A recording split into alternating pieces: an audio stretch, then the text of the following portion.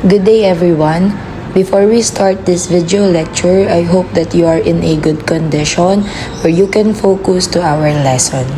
Let us start with our first lesson for the second quarter of the 21st century literature from the Philippines and the world. First lesson that we have here is reading approaches. So we have talked about different literary pieces and what does it symbolize for the people who wrote it, but we haven't really talked about reading or the process, the act of reading. So for today, we will be defining it, as well as I will be giving you different reading approaches so that you can develop into someone who is a very effective reader. So let us start. First, let us define what is reading. It is an interpretation or decoding of written materials. Meaning, if you know how to decode the meaning of something that has been written, or a symbol or a letter, that is an example of reading. If you can get the meaning or decode what does it say, then that is what you call reading. Second word that we have here is approach. It is a way of dealing with something. So when we say approach, this is the way on how you do things, how you believe it is the correct way or correct process, correct step to do some things or specific things. For example, reading. In Filipino, we can say na ito yung paraan ninyo kung paano nyo inaatake or ginagawa yung isang bagay. So that is approach. And let's try to connect the two. What are reading approaches? So as mentioned, reading approaches is one of the methods in teaching English. So it is one of the important things if you're teaching the subject English or the language English. It is one of the topics that you should discuss. So why are we trying to give you reading approaches? Because it will help you to do your inferencing, guessing, and predicting when you are reading a story. It is very important because, as I've mentioned, we are trying to develop you into something that is a very good reader or very effective reader. And one of the characteristics of being a good reader is you know how to inference, to guess, and predict what you are trying to read. That shows how well you comprehend yung mga binabasa po ninyong literary text. And also, aside from that, we also aim to improve your English skills. What English skills specifically?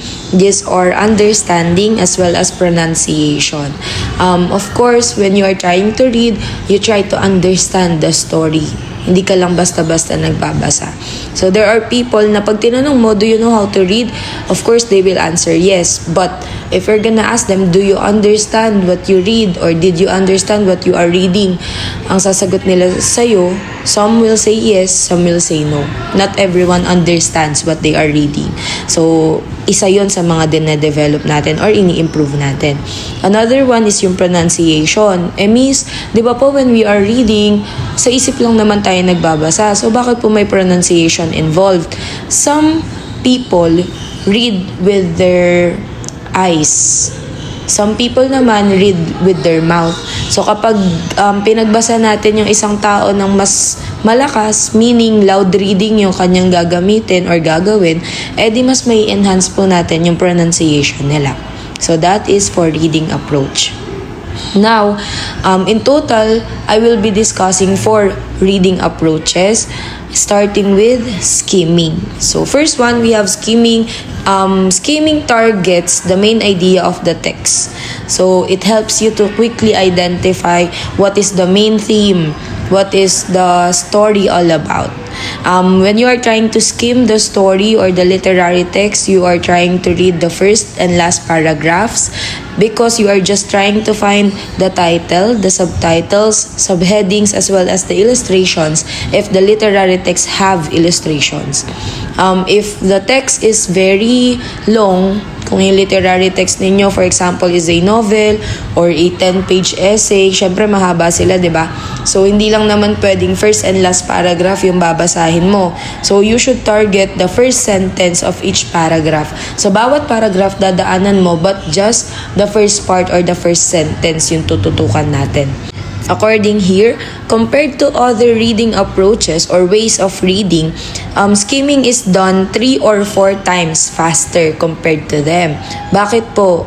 Because you are just trying to seek information rather than comprehension. So you are not trying to understand what you are reading, but rather you are trying to find something about the literary text. And those some things are general information lang.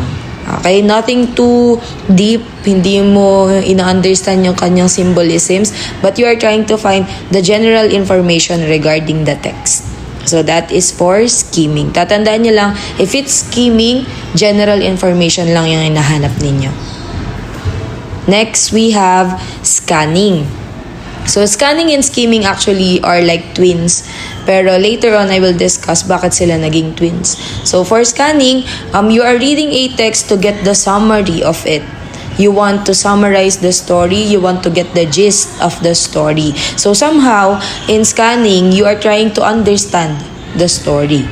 Sabi dito, this is a very selective method of reading and it is used to find answers for specific questions. That's why it is selective, because you are trying to find information na very specific.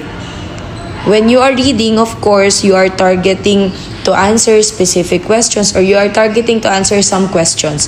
And those questions may be general or may be specific. And when you are trying to answer specific questions, of course, you have to use scanning. Kapag naman you are trying to find general information, babalik tayo sa kanina, skimming ang gagamitin mo. So sabi dyan, on scanning, you have understanding na. Meron ng kasamang konting comprehension. But of course, this is also a lot faster than other reading approaches. Next reading approach that we have here is named extensive reading. Coming from the word extend, it requires a large amount of reading. Bakit? You cannot call yourself an extensive reader if you just read one book about a certain topic. Hindi siya extensive reading. So, ang extensive reading, you are required to read a book as well as other books regarding the topic that you are trying to understand. That is what you call extensive reading. It is also known as free voluntary reading. Why? Because this type of reading is done out of pleasure. Ibig sabihin po, you are reading because you want to read. Usually, you are reading a topic that interests you or attract you as a reader. So, this is purely voluntary. You are reading for leisure. Yun po yung extensive reading. Sabi dito, it is one of the approaches to language learning. As I mentioned earlier, we are trying to improve your English skills. And extensive reading is a way to unlock unfamiliar words. That's why you will learn more about the language. Learn more about the jargons used in that topic. So that is extensive reading. Now, for the last reading approach that I told you that I will discuss, wala kasi siya dito sa slides. So bakit? Upon reviewing your module, it is in the part of the supposed topics that we will be discussing. So, meaning, ang nakasulat lang kasi sa module is hanggang extensive lang. But I chose to mention this para lang aware kayo that there is another one reading approach that we should discuss, and that is intensive reading. So, extensive reading is voluntary, di ba po? Intensive reading is the opposite of it. It is a required reading. So, very simple lang naman, intensive reading, it is a required reading. It is a reading approach that is academically aligned, meaning nire-require siya sa school or possible sa work mo, kasama siya sa mga requirements na kailangan mong basahin. That's why it is required. So unlike extensive reading, you are doing it for yourself, for your satisfaction, because it is for leisure. Yung intensive reading naman, it is meant for your knowledge to be expanded, meaning academically based siya. Okay? If you have any questions, you are very free to ask on our GC. Kung merong clarifications kayong gustong makuha, you are invited to ask questions sa GC natin. Okay po? So going back, konting recall lang natin, the 4 reading approaches are skimming, scanning, extensive reading, and intensive reading. That is all for our video lecture for today. Goodbye and thank you.